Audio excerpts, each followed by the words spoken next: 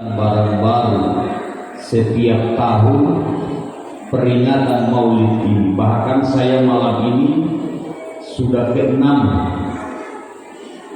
ceramah, sudah ke-6 ini. Tadi malam, kemarin sore di Buton Tengah, tadi malam di Kabupaten Buton, dan malam tanggal 12 itu kerumunan paguyuban Jawa, dan tadi di SMP Negeri 5 Bau-Bau. Jadi bukan hal baru, sudah sering kita laksanakan. Artinya kita bicarakan Maulid ini pasti adalah Nabi kita Muhammad sallallahu alaihi wasallam. Dan salah satu maknanya adalah supaya kita bisa menarik contoh dan bisa kita mengamalkan dalam kehidupan kita. Salawat dan salam semoga selalu tercurahkan atas junjungan Nabi kita Nabi Muhammad sallallahu alaihi wasallam. Semoga kita dikenal oleh Nabi. Saya baca bukunya Sejager itu kadang saya menangis. Kenapa saya meneteskan air mata? Ternyata tidak semua umat Islam itu dikenal oleh Nabi.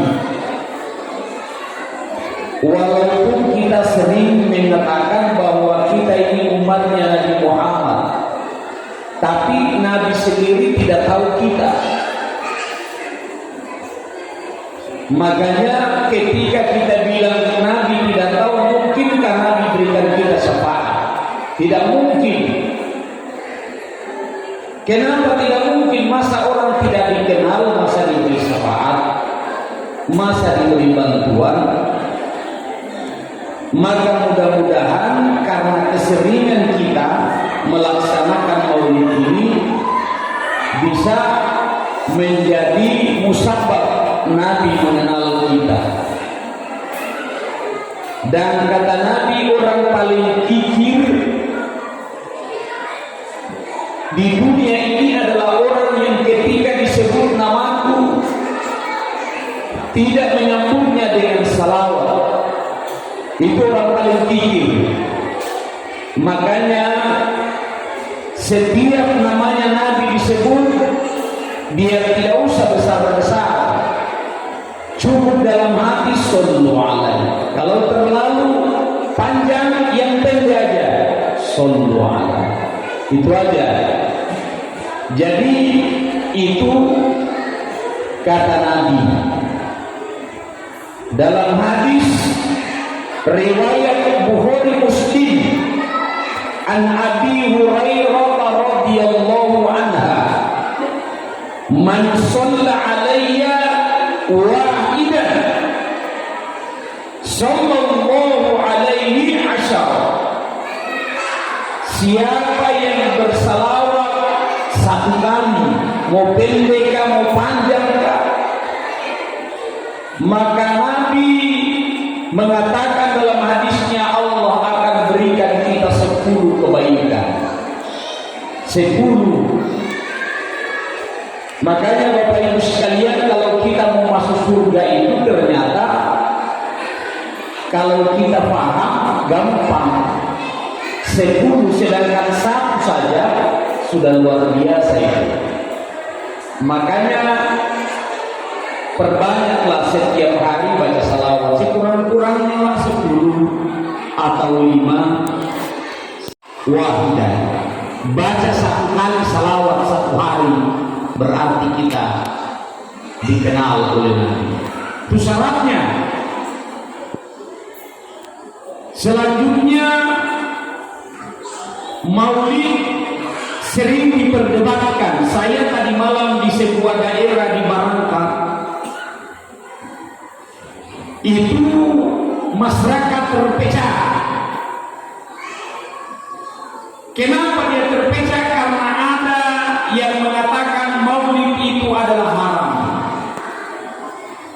Ada yang mengatakan bahwa Maulid itu adalah bid'ah dhalalah. Dan ini bukan hal baru. Kalau kita masyarakat biasa tidak dapat. Tapi ternyata kita mulai dulu, kalau ada orang mengatakan maulid itu bid'ah, dia sebenarnya tidak ngerti apa bedanya maulid, apa bedanya maulud.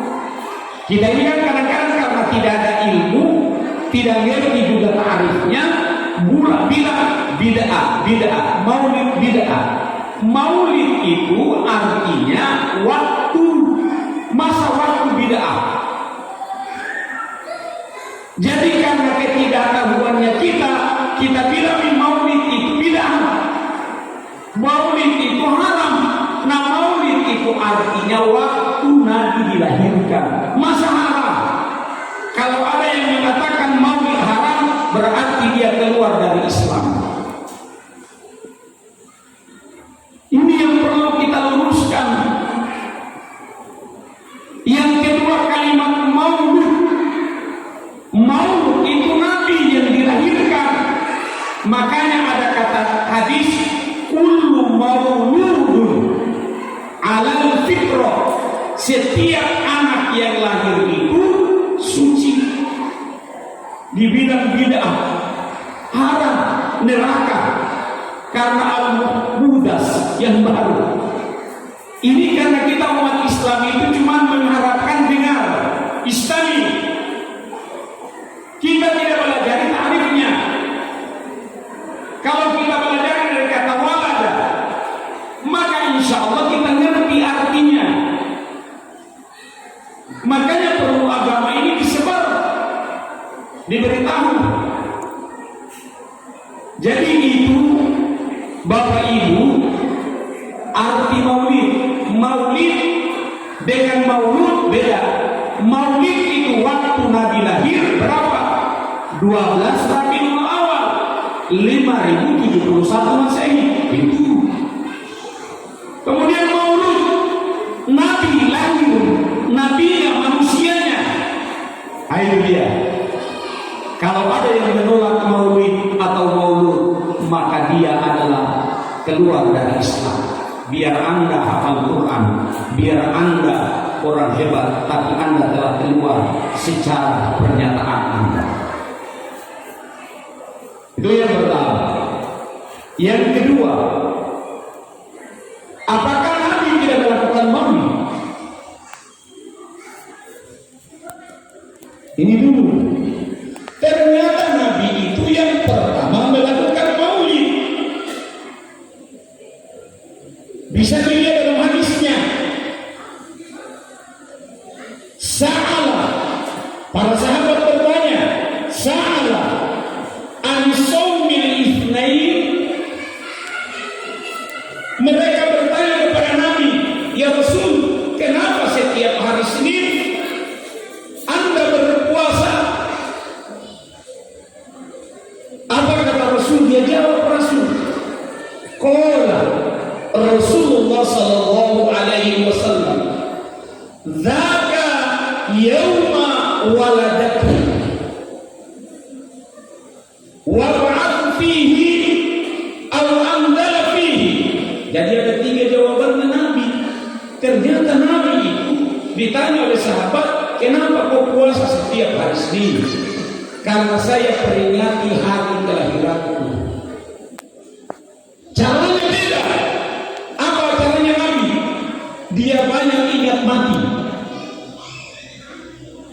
Wa ba'ath fihi, karena hari Senin itu adalah hari kematianku. Yang kedua, karena hari Senin itu al-anzala fihi, Al-Quran diturunkan kepadaku. Jadi dia maulidnya memperingati hari kelahirannya, banyak berzikir, ingat mati. Yang kedua, banyak mentadaburi, dia baca Al-Quran. Itu caranya Nabi dalam memperingati maulidnya. Ada bilang tidak, Nabi tidak pernah melakukan. Kayaknya kita sudah pernah pulang bertemu Nabi. Sampai ada yang tidak mau melakukan karena haram. Ternyata Nabi lakukan, hanya caranya beda. Itu Bapak Ibu sekalian yang kita lakukan ini supaya jangan kita keliru.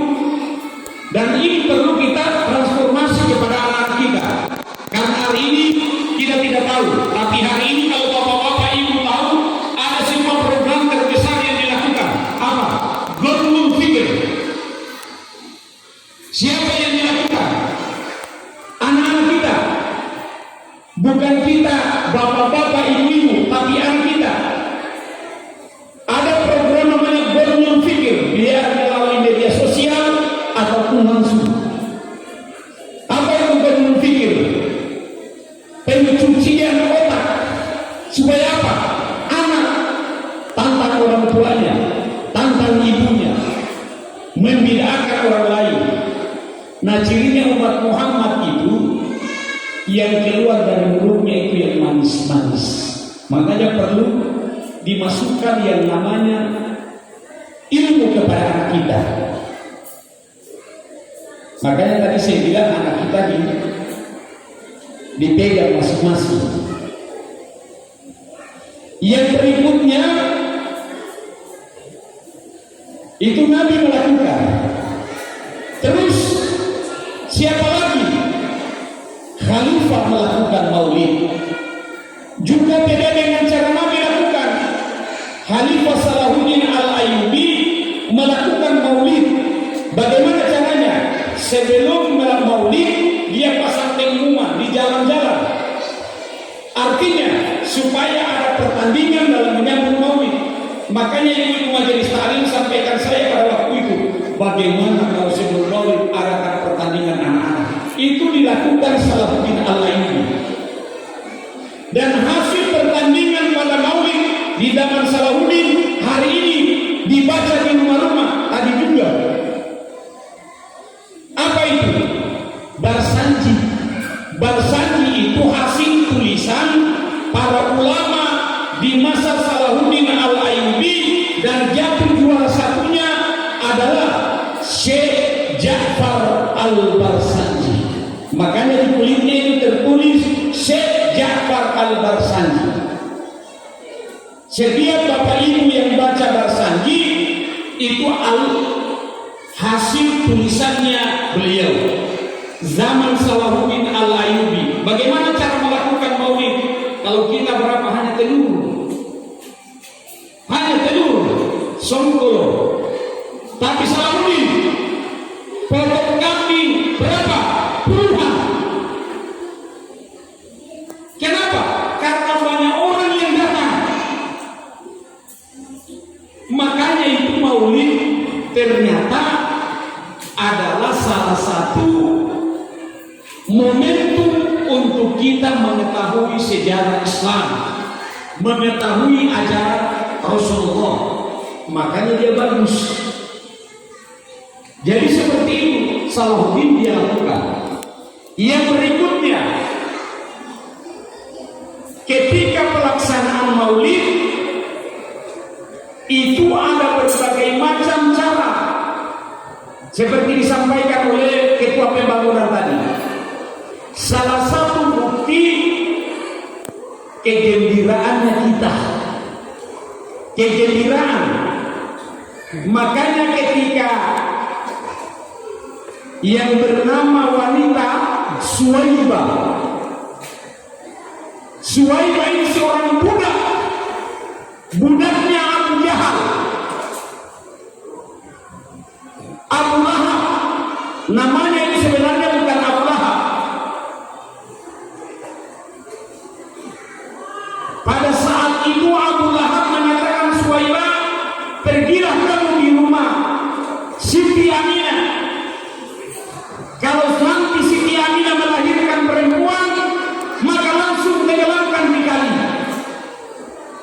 Karena aib, kalau dulu ada anak perempuan yang lahir, malu itu keluarga. Makanya ini seharusnya kita bersyukur dengan kehadiran Nabi, khususnya ibu-ibu. Karena kalau tidak ada Nabi Muhammad, Malu laki-laki kalau melahirkan, istrinya melahirkan anak wanita, dikubur hidup-hidup. Kalau anak laki-laki, laporkan ke saya. Maka lari-larilah Suwaibah ke Abu Lahab. Wahai Tuhan, telah lahir kemanakanmu bernama Ahmad.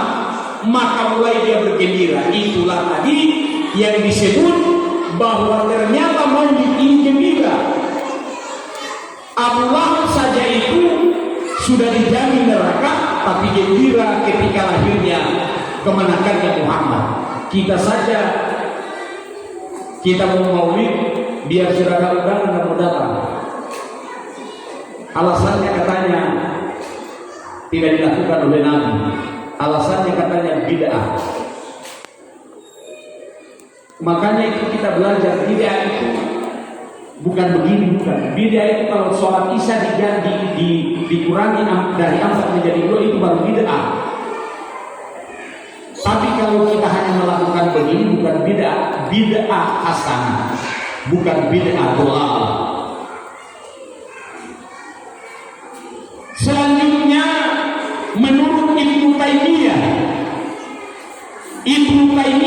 itu tokoh Wahabi, tokoh Salafi. Tapi apa kata beliau tentang peringatan Maulid?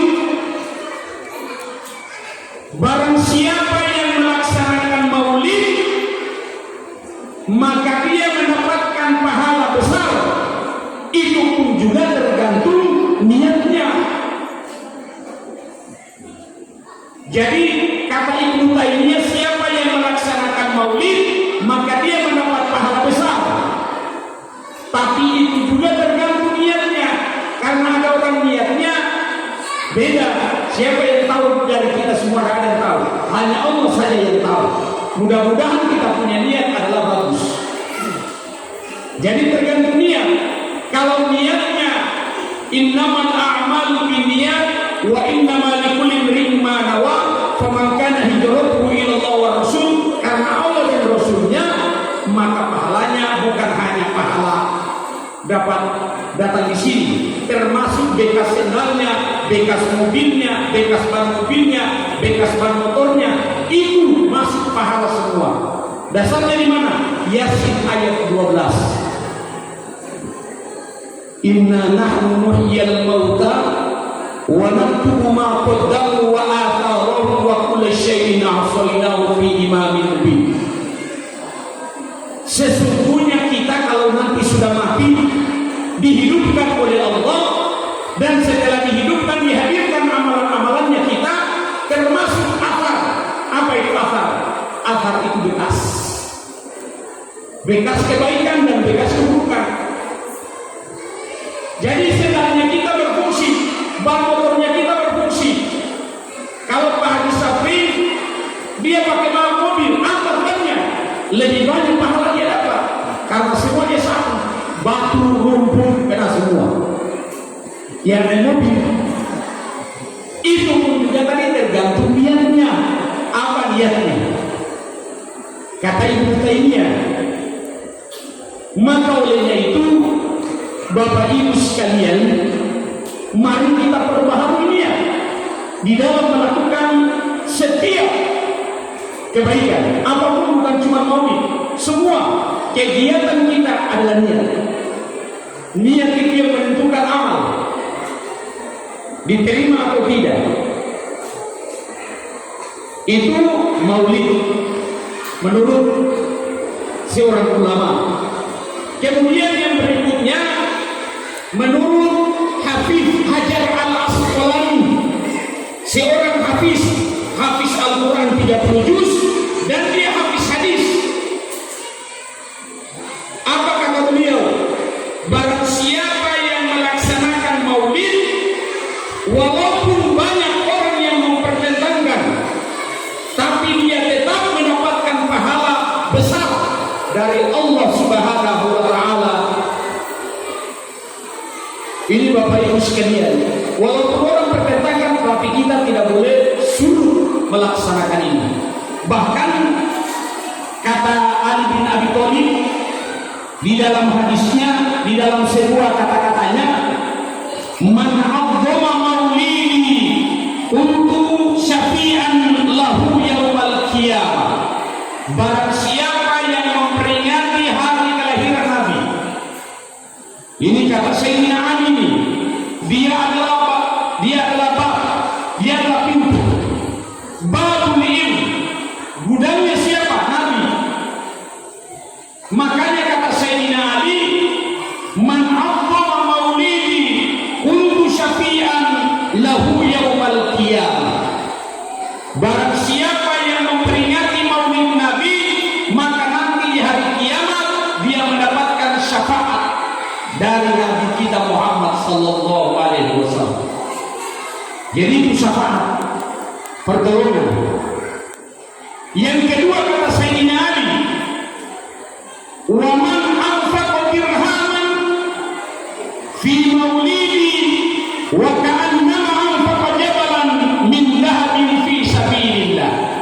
Dan barang siapa yang mengeluarkan uang 1 dirham atau dirham untuk memperingati maulid Nabi, maka Allah akan ganti dengan emas sebesar gunung. Luar biasa ini.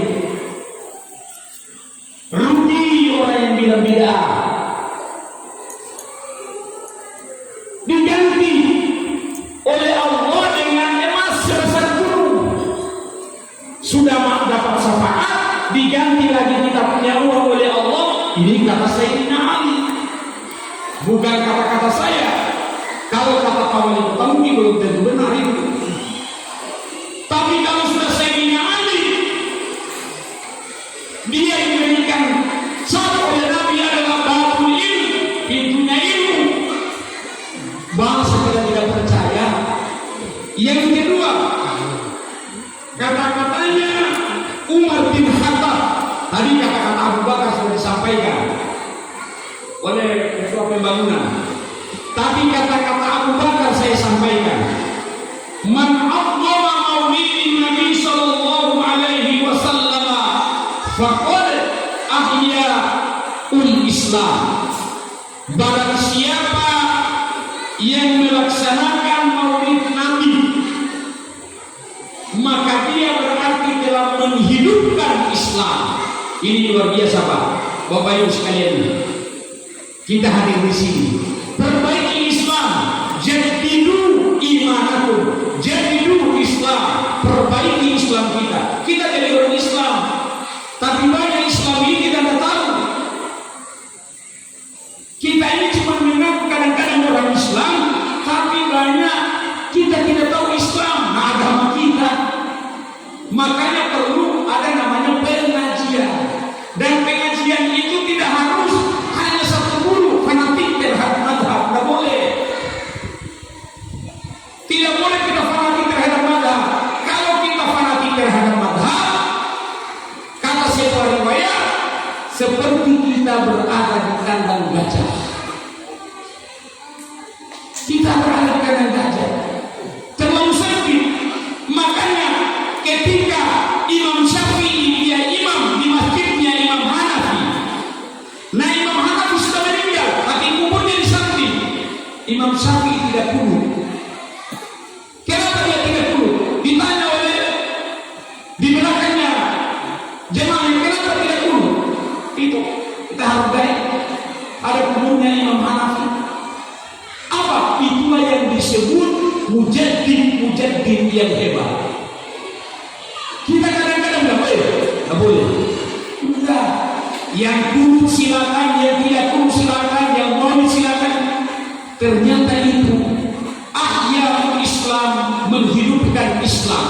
Yang penting di sini kita tidak ghibah, yang penting di sini kita tidak maki-maki, tapi di sini ada silaturahim, di sini ada sedekah, dan masih banyak lagi sumber kebaikan yang kita akan dapat. Itu Bapak Ibu sekalian pendapatnya para sahabat Nabi tentang peringatan Maulid. Selanjutnya di ayat Al-Quran surah Al-Ahzab ayat 21. Laqad kana lakum fi Rasulillahi uswatun hasanah. Pada dirinya Rasulullah itu ada contoh teladan. Ini sebenarnya yang perlu kita tahu. Apa contoh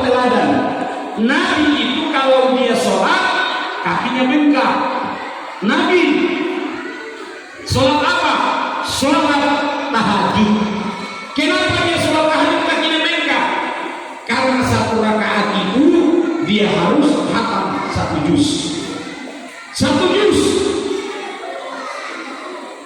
Tapi ini Nabi, apakah kita bisa tiru? Nggak bisa. Nggak bisa. Mau bangun saja tengah malam susah. Jadi sholat, Nabi saja sejak dia lahir sudah tidak ada dosanya. Tidak ada dosanya. Sampai dia meninggal tidak ada dosanya. Tapi ibadahnya luar biasa. Kita tidak dijamin masuk surga. Dosanya kita paling banyak. Sholatnya juga enggak. Makanya jangan kita lebih pentingkan duniawiya ketimbang ukhrawiyah. Ini Nabi itu dijamin lahir tidak ada dosanya, Pak. Sedikit saja tidak ada dosanya. Bagaimana ada dosanya? Dia salah langsung Allah ingatkan. Jadi Nabi itu orang bersih. Istrinya 11 orang. Pada waktu lagi berapa minggu dia meninggal, lagi 1 tahun sudah ada tanda. Makanya ada haji wada. Haji wada itu tanda bahwa Nabi lagi 1 tahun meninggal. Pulang haji wada dia pidato di mimbar. Kenapa dia pidato? Silaturahim. Karena selama dia hidup pasti ada salahnya. Maka muncullah yang bernama Akasa. Siapa Akasa? Pada waktu di perang Badar, cambuknya Nabi kena belakangnya. Maka apa kata Akasa? Ya Rasul, saya mau ingin kisos Rasul. Kenapa? Pada waktu di perang Badar saya dikena cambuk. Maka saya akan balas ya Rasul. Oke. Saya minta Rasul buka baju. Dia buka Nabi. Padahal bukan dia mau cambuk Nabi, cuma sentuh badannya Nabi. Apa kata Nabi? Akasa ahli surga. Cuma sentuh. Bapak Ibu sekalian, sudah dibersihkan Nabi, tapi ibadahnya sampai bengkak kakinya. Sampai bengkak kakinya. Kita ini kadang-kadang lebih kita pentingkan roti, kue, ketimbang sholat. Padahal kue itu makanan. Yauma yanfa'u malun wala banun illa man atallaha illa biqalbin salim. Pada hari kita mati, masa dikubur, harta no, anak-anak no, tidak ada manfaatnya. Illa man atallaha illa biqalbin salim, kecuali jiwa-jiwa kita yang bersih yang akan selamat. Makanya ternyata sholat itu fungsinya membersihkan apa? Dosanya kita dari umur 10. Ini Bapak Ibu sekalian, tanamkan di anak-anak. 7 tahun mulai dia sholat, 10 tahun kalau dia sholat pukul. Ini sudah tua-tua anaknya, Pak. Tidak sholat, tidak sholat, dibiarkan saja alim-alim saja anak orang tua. Ingat, kalau anak kita tidak sholat, akibatnya mama dan bapak diseret. Dalam hadis jelas, dalam hadis, dalam Quran jelas, ada orang tua yang sudah masuk surga dengan suami istri, tiba-tiba anaknya peminum, pencuri, peminum, meninggal. Dia bapak dan ibunya di surga. Apa dia bilang? Ya Allah, tidak adil. Masa bapakku dan ibuku di surga, saya mau dikasih masuk neraka. Maka apa kata Allah? Ridwan, kasih keluar itu bapak dan ibu. Diperokir. Kenapa? Ternyata anaknya dia biarkan tidak ngaji, anaknya dia biarkan tidak sholat, anaknya dia biarkan mencuri, anaknya dia biarkan macam-macam kejahatan. Maka apa kata Allah? Nah, pegang tangannya mamamu dan bapamu, seret kalian masuk bertiga di neraka sakor. Ditanya para malaikat penjaga neraka, masalah kamu di sakor? Kenapa kalian sudah di surga masuk neraka sakor? Lam naku minal musallin. Karena kami tidak sholat, kami tidak didik. Nah, tidak sholat bagaimana? Akibat anak tidak sholat ternyata menggugurkan orang tua yang sudah sholat.